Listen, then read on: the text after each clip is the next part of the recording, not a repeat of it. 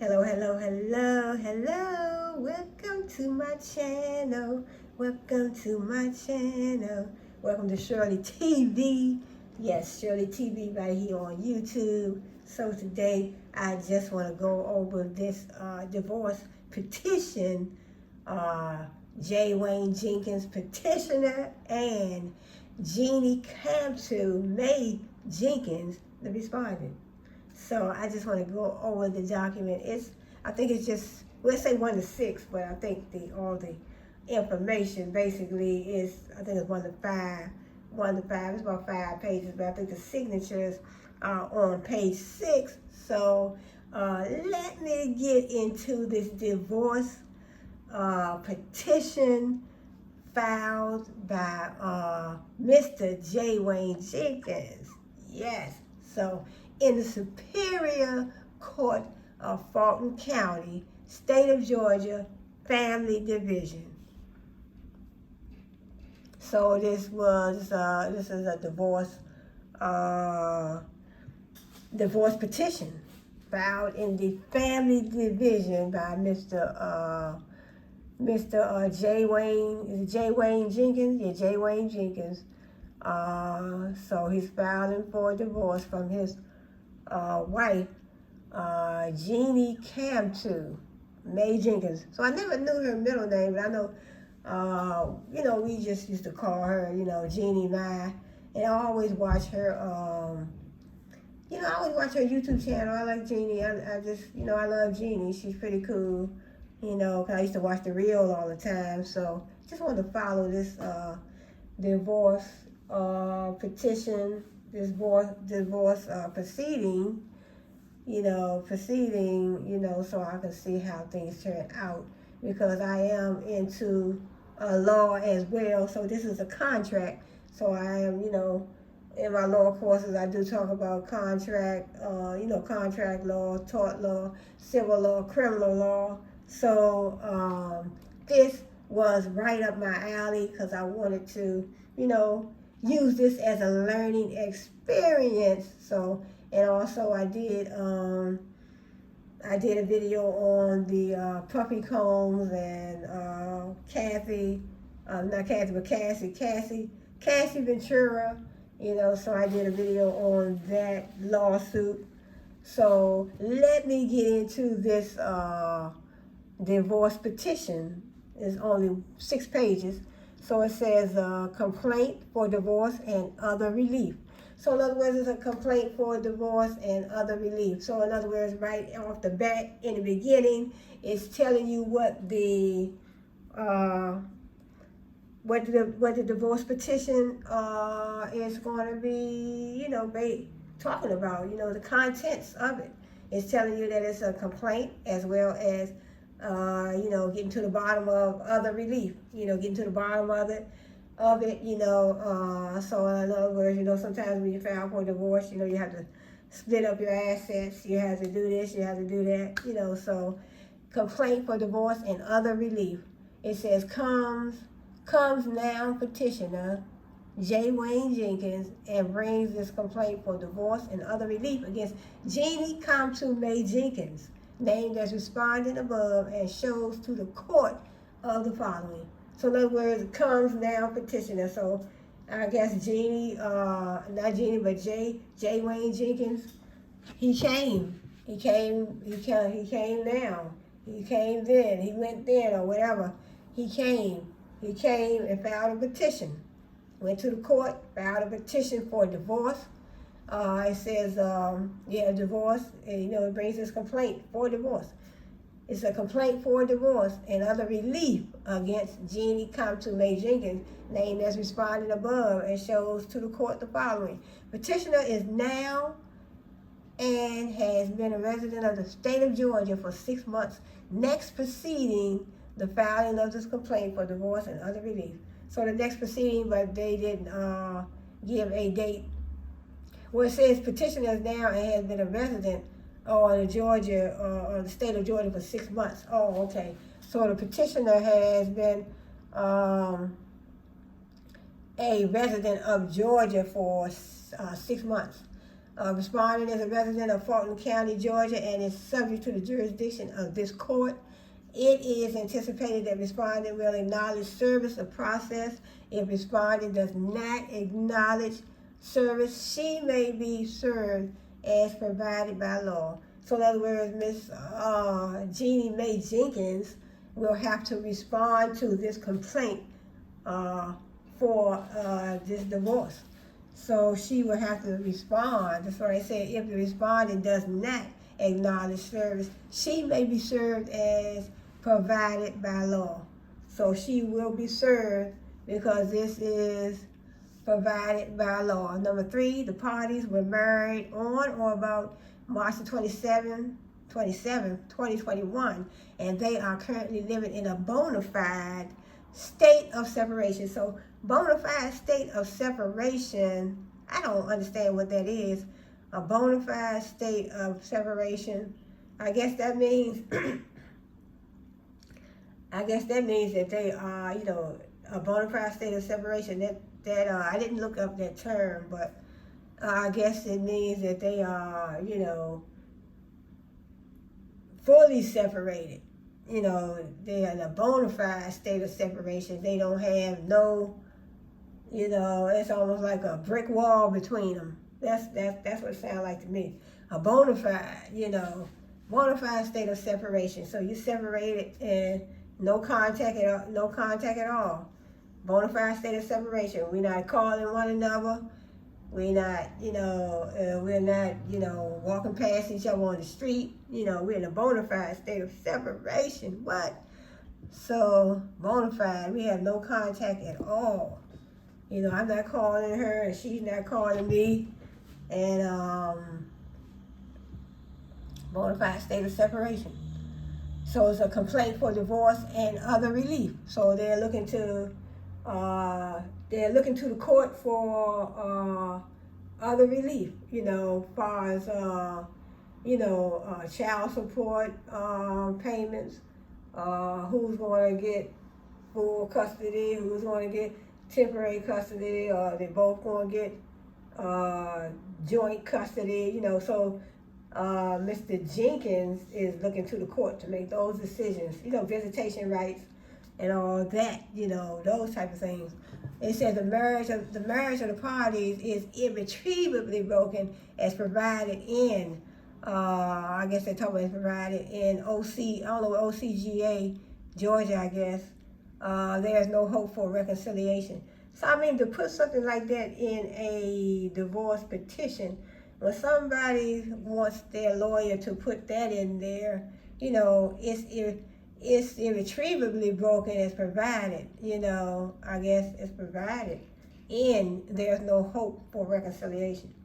I mean, I guess the person wanting to get a divorce, anybody can probably say that, there's no chance of reconciliation. That doesn't have to mean that that the evil party did anything wrong, or sometimes people just fall out of love, No hope for reconciliation, it's irretrievable. But with they're trying to put it, so I mean, I don't know if JEZZY put that in there, had his lawyer put that in there, or something the lawyer thought of. But when somebody say it's irretrievably broken, that's trying to make you think that something happened in the marriage, something happened within the marriage. To use those type of words, irretrievably broken. In other words, irretrievably broken, that means a person, it was some distrust somewhere, or, I don't want to be with that person no more because I don't trust them, or they, they don't respect me, or, I mean, that's what it sounds like to me. When they say something is irretrievably broken, that means you broke up my trust. You broke my trust, you broke my love. I mean, but, just throwing those, definitions out there. So, just throwing those definitions out there. So let me read on down. It also says, Christ said the marriage of the parties is irretrievably broken. Irretrievably broken, and no hope for reconciliation. The parties have one minor child born as issue of this marriage with female child born in 2021. And it's also saying the child is in the present care, custody, and control of the parties. So I assume the child is in the care of the mother at this time.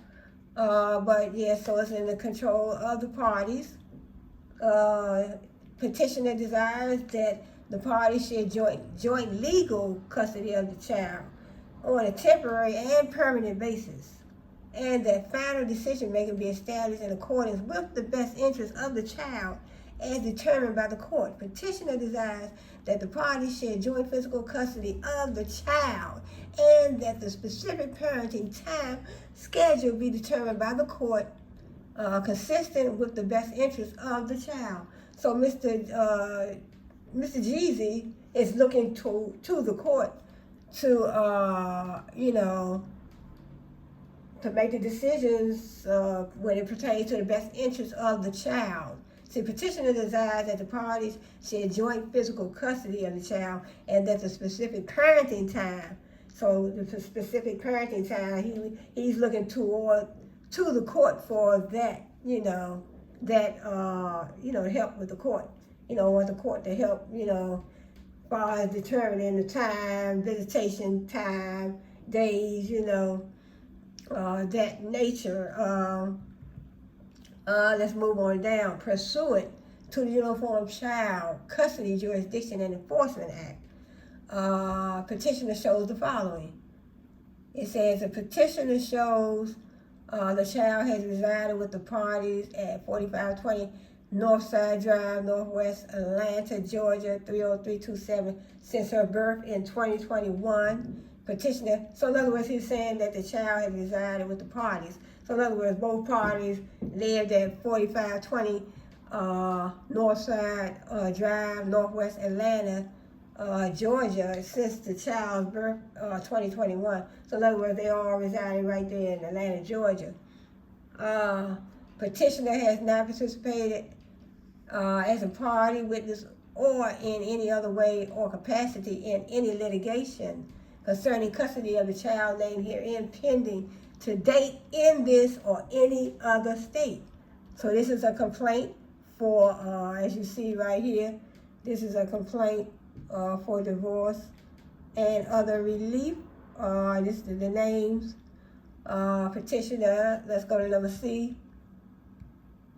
Petitioner has no information of any custody proceeding concerning the child named herein pending in any court of this state or any court of another state. So in other words, petitioner, Mr. Jenkins, he says that he has no information of any custody proceeding concerning the child named herein pending in any court of this state or any court of another state. So he don't, he don't have any information saying that there's, a custody, custody hearing or custody proceeding, of the child named herein, in any other state. Petitioner knows of no other person not a party to the proceeding who has had physical custody of the child or claims to have custody or visitation rights with respect to the child. Petitioner states that each party has an obligation to contribute to the support, maintenance, and education of the child, and child support should be determined in accordance with Georgia law. So he's saying that, so the petitioner, Mr. JEZZY Jenkins, is saying that he's, looking for each party to contribute to the support of the child, support, maintenance, and education of the said child, and child support should be determined in accordance with Georgia law.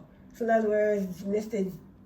JEZZY Jenkins, he wants the court to determine, the support, the maintenance, and education of the child, child support in accordance with Georgia law.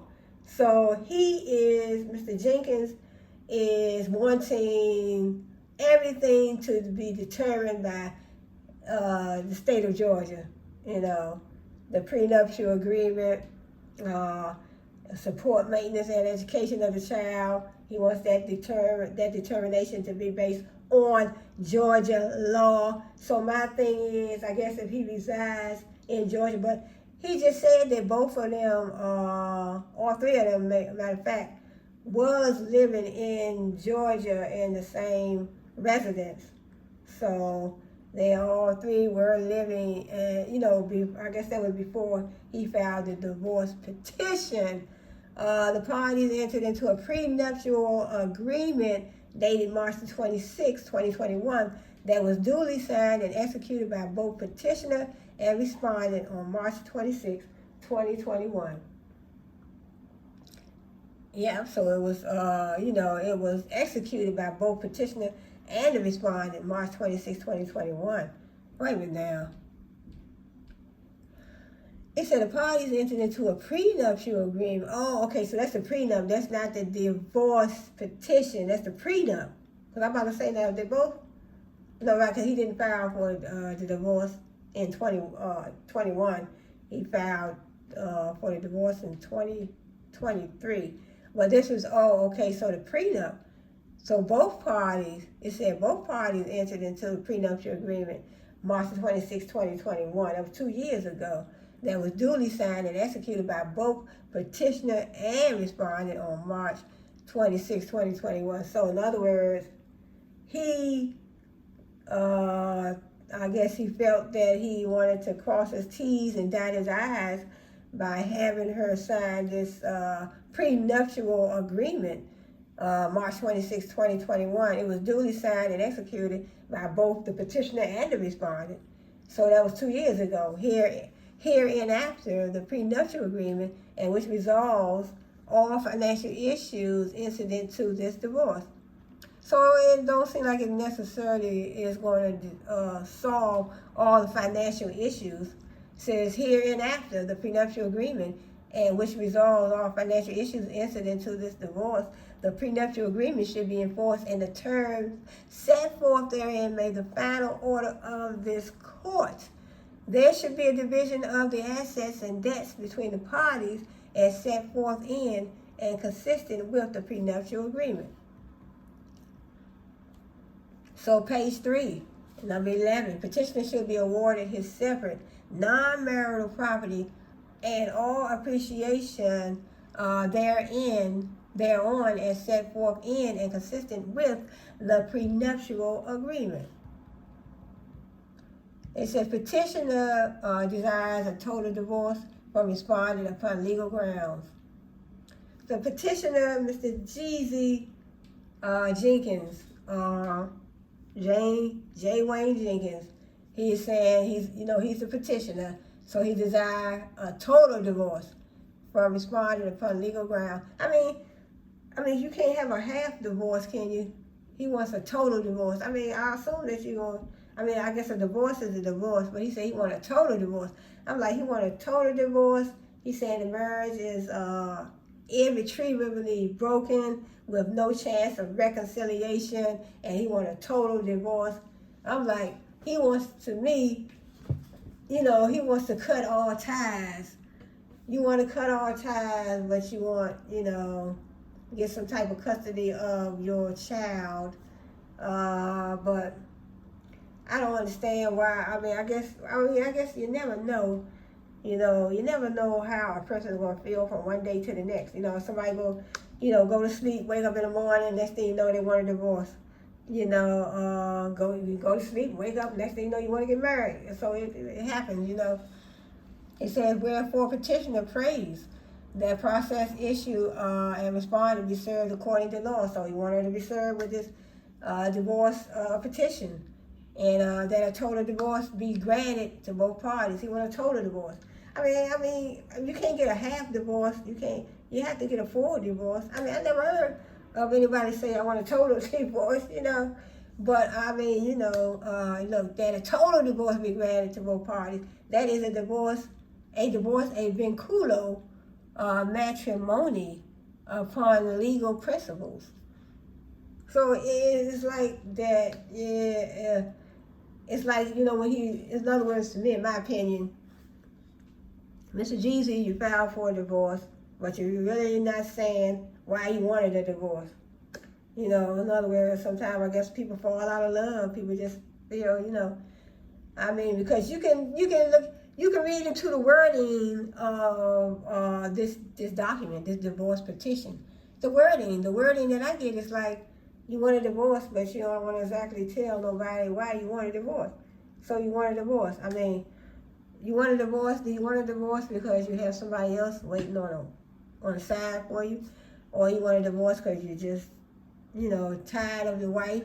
You want a divorce because you decided that cultural differences played a big role in,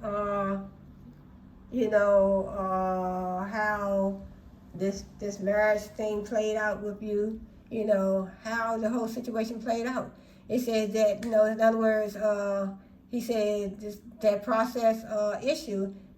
So in other words, he said petition of praise. That process issue and respond to be served according to law, right? And that a total divorce be granted to both parties. That is a divorce upon legal principles, right? That the parties be awarded joint legal custody of the child on a temporary and permanent basis, and that final decision making be determined by the court in accordance with the child's best interest. That the parties share joint, this is number D, that the parties share joint physical custody of the child with the specific parenting time being determined by the court in accordance with the child's best interest.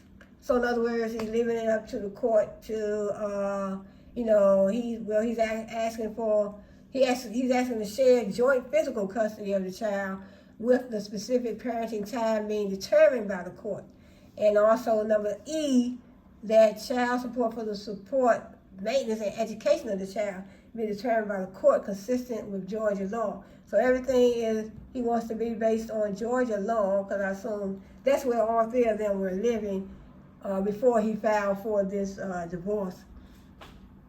So let's look at number F, that the prenuptial agreement be enforced and made the final order of this court. So it's specifying that, hey, let the prenuptial agreement be enforced and made the final order of this court. So it's going to be made the final order, but not necessarily. So it doesn't have to necessarily, because it could be, her lawyer, Jeannie, MAI Jenkins, her lawyers will pick this prenuptial agreement, pick it apart, examine, analyze, every part of it, I guess, that she deems necessary for her to get her fair share in this divorce, right? So that's how that goes. It says that she be awarded her premarital, separate, and non-marital property and all appreciation thereon. So I guess that, Mr. Jenkins is pushing forward and wants to make sure that both of them maintain, or both of them are awarded their premarital, in other words, premarital property that they obtained before they got married. So anything that they obtain before the marriage will be premarital. So premarital, separate, and non-marital property. So non-marital property, right? So in other words, whatever they are, in other words, I guess I'm not a lawyer, but I assume if she purchased a house and she had a house and he had a house before they got married, that would be premarital, non-marital property. But if they purchase property after they got married, it's like postmarital. So then, when it comes to a lawyer, the lawyer will have to decide which way that would go, So in other words, a lawyer will have to decide that, which way that will go. It says that the assets and debts of the party be divided as set forth in the prenuptial agreement, that the standing order of this court issue, and for such other and further relief as the court deems proper under the circumstances.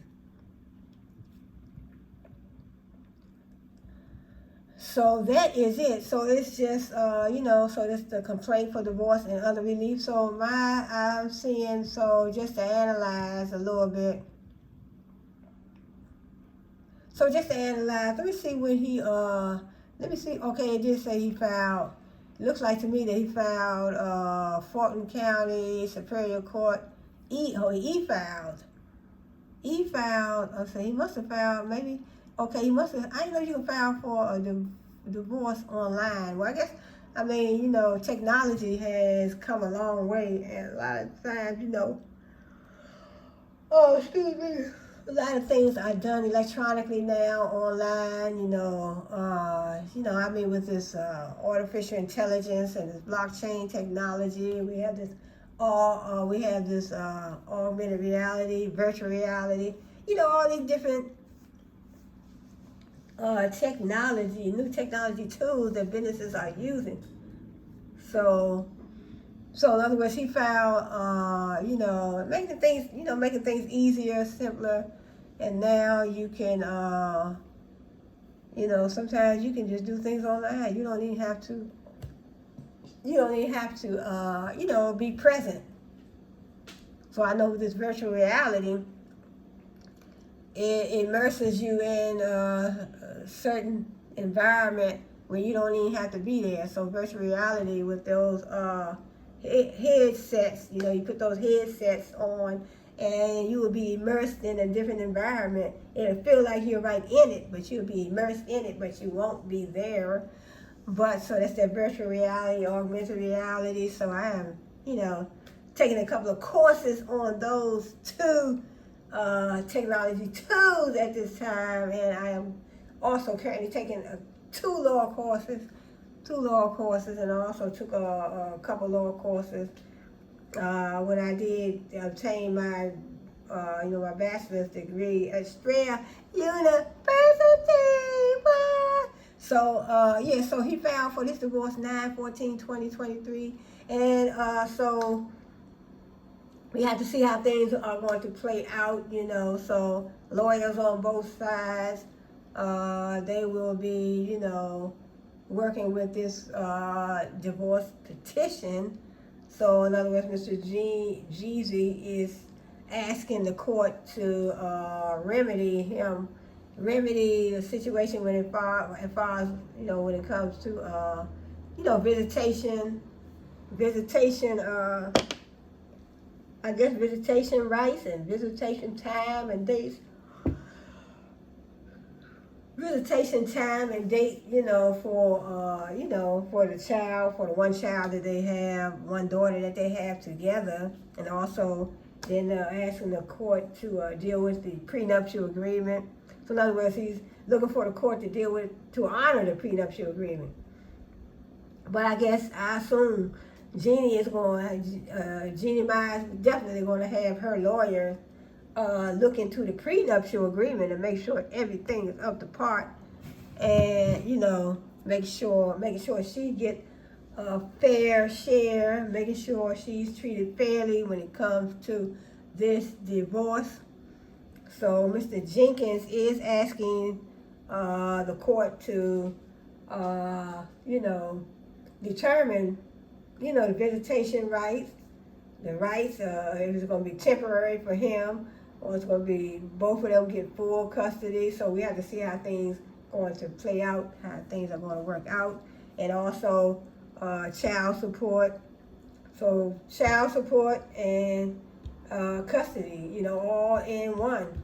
So a custody, I guess you might say custody hearing, everything all in one. You got the custody hearing, and you're talking about the prenuptial agreement, and you're talking about splitting marital assets, non-marital assets. So assets that they, you know, property, non-marital property, you know, property that they both obtained before they got married. So they, you know, so Mr. Jenkins is asking and making sure that they both be able to keep their non-marital property. So in other words, if she purchased a couple houses before she got married, they would belong to her. You know, they are in her name. You know, so long as, but if she went and put his name on, you know, it would be a different story. But you know, then he probably had some, you know, non-marital property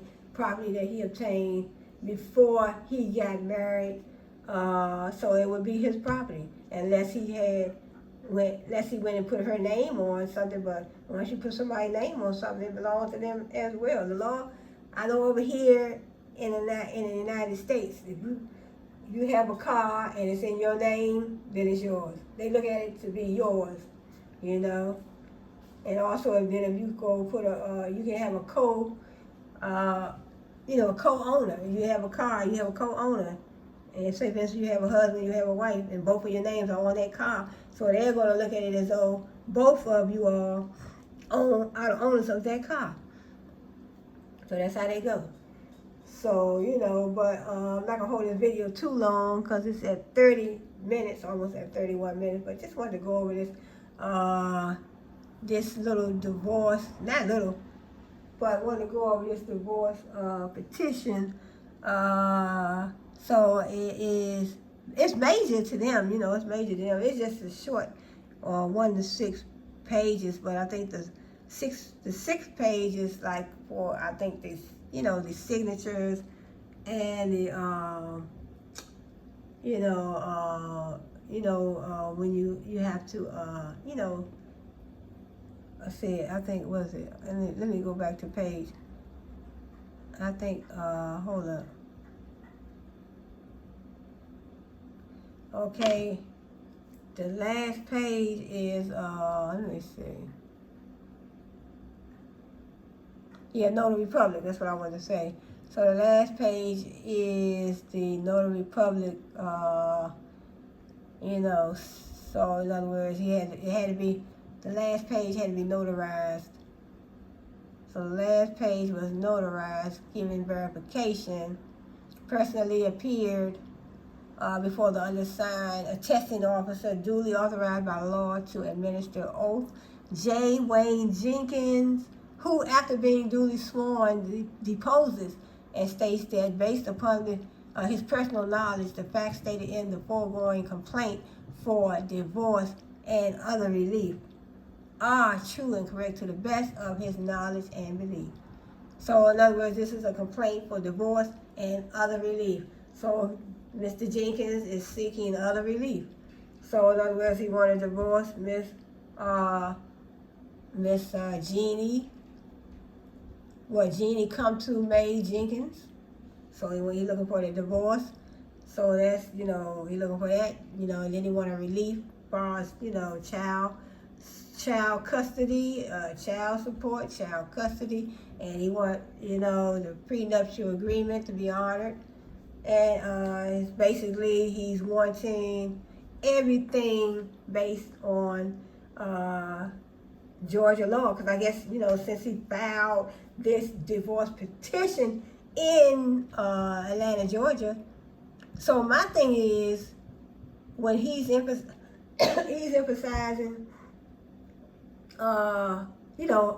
make sure you look at the prenup, or make sure you look at Georgia law, so my thing is, he probably resided, where all three of them resided in Atlanta, Georgia. So I assume that he figured he knows the system down there, and he feels that he may, they may be lenient on him because he went and filed ahead of time. And so that has to, to me that says something. Went down there and filed beyond her knowledge. He went and filed, and it's like almost a trickery type situation. You go file in, Atlanta, Georgia, because the thing is, he want to file in Georgia probably before she get the upper hand, because she could have very well filed for divorce in California and got ahead of him, So he jumped and filed from Georgia because he felt that Georgia laws, pertaining to divorce proceedings and family court, this family division may be more lenient than California law, California family court division. So that's my opinion, you know. So they say he filed, I don't see, well, he did say he filed 9/14/2023, so that was in September. And she had no knowledge that he filed. So my thing is, I think he wanted to beat her to the punch. I mean, it's just my opinion. I think he wanted to beat her to the punch and file in Georgia as opposed to her finding out something that he may have done, and then she jumped and filed in California where she might have came out a little better. So he might have felt that, she might have known what he was doing, but kept it under wraps. And she seemed like she was trying to work it out. That's my opinion. To me, because he ran down there and filed, didn't tell her that he was going to filed for divorce, this divorce petition. He filed, got ahead of the game, got ahead of her. Filed and got ahead of her because he felt that Georgia, he would probably fare better in Georgia, filing for divorce in Georgia as opposed to her running and filing in California and getting ahead of him. So that's my opinion, because according to this divorce petition, you're not really telling why you want a divorce. I think I heard nowadays you don't even have to tell. You don't have to explain why you want a divorce. You can just marry somebody. I heard somebody got married, and it was on the news. It was somewhere on one of those news channels. They got married one day and filed for a divorce the next day. And then I heard another case where a man, he was married to a young lady, and then I'm serious, this is serious. This is true. That's what I heard. Married to the young lady. Then when she took her makeup off, then he went and filed for divorce. So, they said nowadays, you don't even have to tell the person why you want a divorce. I think those laws should be changed. Because that's why the divorce rate is so high today. Because you can get married one day and then go file for divorce the next day and don't even have to tell why you want a divorce.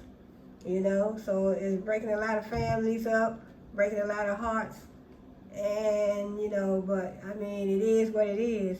So my opinion is that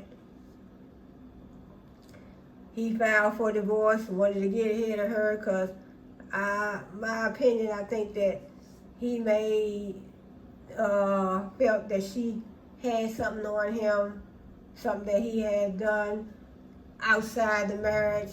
So he felt that she knew what he did, but they were trying to work it out. She was trying to stay with him, but he didn't want her to get ahead of him and run to the California courts and file for a divorce. That's why he jumped and ran and filed in Georgia where he thought he would come out better by filing, because he said if she get a hold of what I did or what's going on or me stepping outside, I'm just speculating, me stepping outside the marriage, and she may already have, have known. He may felt that she knew that he stepped outside the marriage or he did something, that, it wasn't, it wasn't right. It was outside of the marriage. So he may have felt that, yeah, she knew. Because and then also I see where she put in, I didn't see that part. Let me see, hold up. It was a part that they were reading on somebody else's channel. Hold up. I don't see it on here though. Because it says something about, in other words, if you are, communicating with somebody outside the marriage, in other words, you have a kind of mental,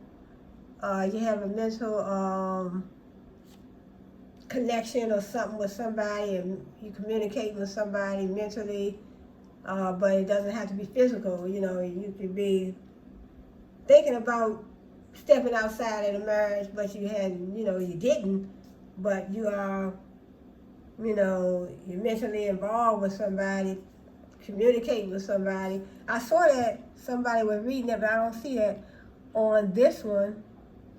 I didn't see that on this one.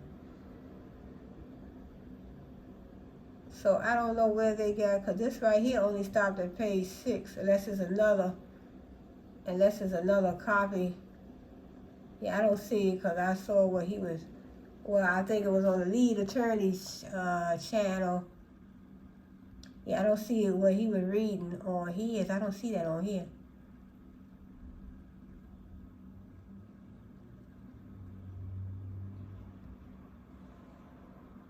It said pursuant to the Uniform Child Custody Jurisdiction and Enforcement Act, petitioner shows the following. The child has resided with the party, so they all live together in Atlanta, Georgia. Petitioner has not participated as a party, witness, or in any other way or capacity in any litigation concerning custody of the child named herein pending to date in this or any other state.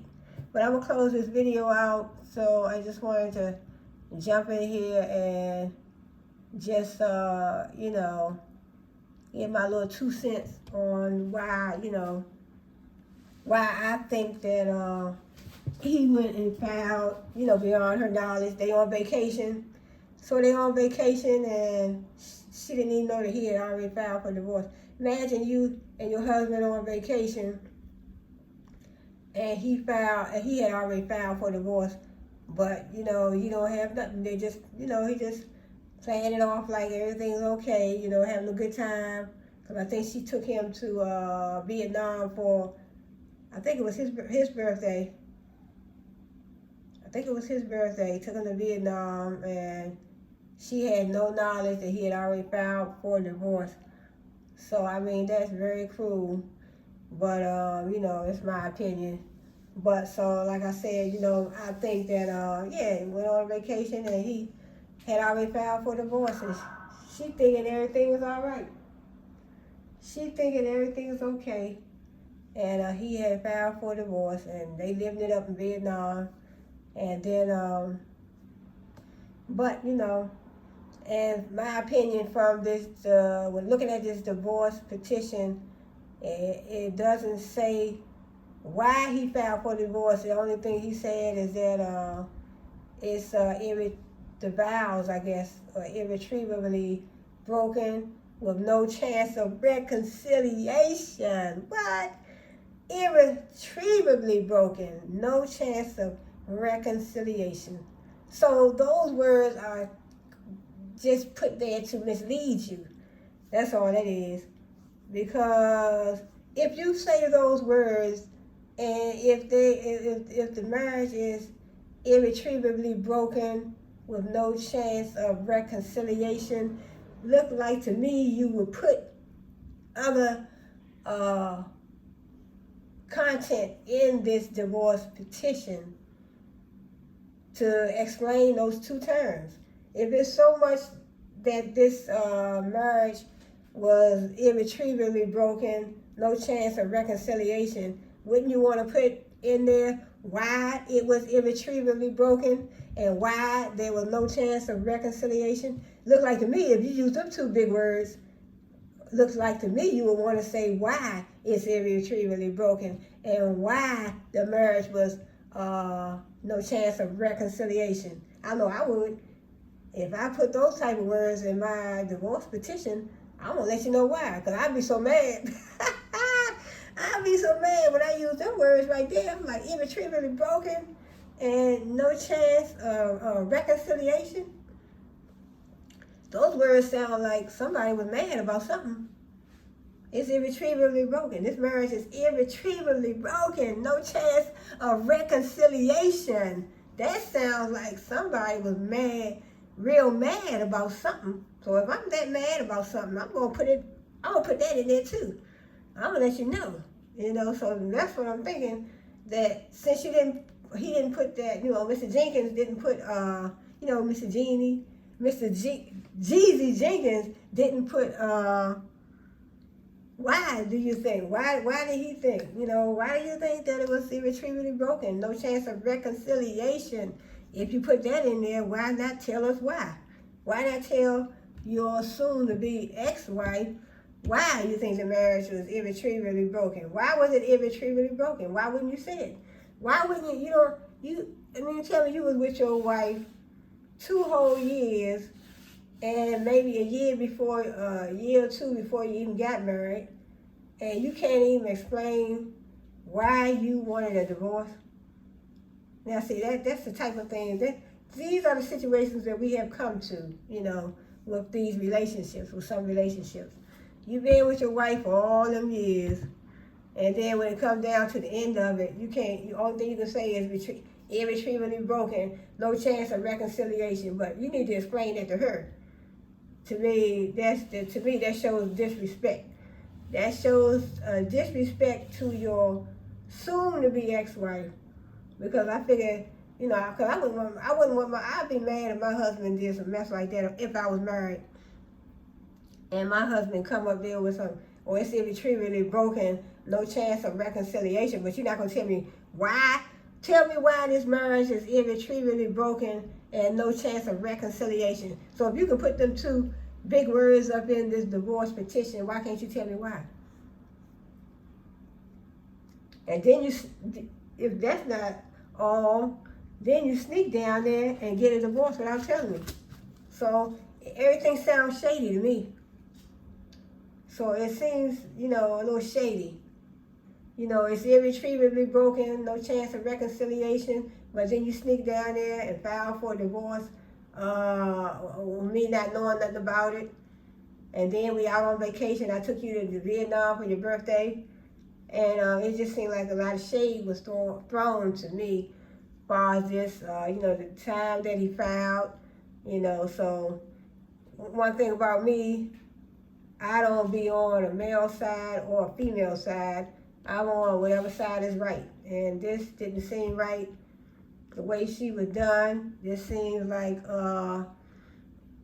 it just didn't seem right. Because Mr.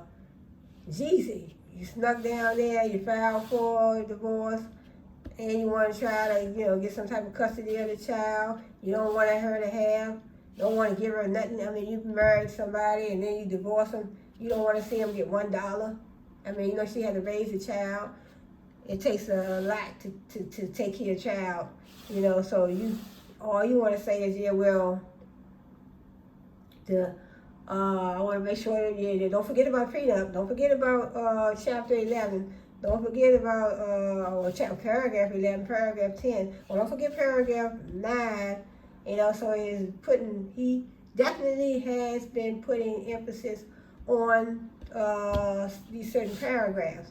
Check with the prenup, or I want the court to decide the custody situation, visitation, and all that, So, I mean, you can tell me you've been with your wife for a certain amount of years, and y'all can't even come together and communicate on, visitation, the visitation situation for the child, But, I mean, it is what it is, so, I don't know, it just seemed like it was a lot of shade thrown. I said, in a case like this, a situation like this, civil, this comes under civil, civil is the civil division of this family court. But sometimes things like this makes people be leery of getting married. Some people are like, you know what? I don't want to have to deal with no marriage. I don't want to have to deal with no prenup. I don't want to have to deal with splitting my assets with nobody. And also, then you have to think about the book that he, I guess, that's, to me, that seems like that's marital property, because you came out with the book before you even got divorced. So will she be entitled to any profits from that book? Adversity for sale, so that seems to me that would be part of marital property, because that is something, that was written while you were still married, But I want to close out on this video because I'm almost at 50 minutes. But I want to say thanks for joining me today. Glad to see you. Glad you could join me. Glad you could be here. And so, like this video, comment on this video, subscribe to my channel, Shirley TV. What? Yeah, Shirley TV. So subscribe to my channel, and I'll see you all on my next video. So Shirley TV, and we out.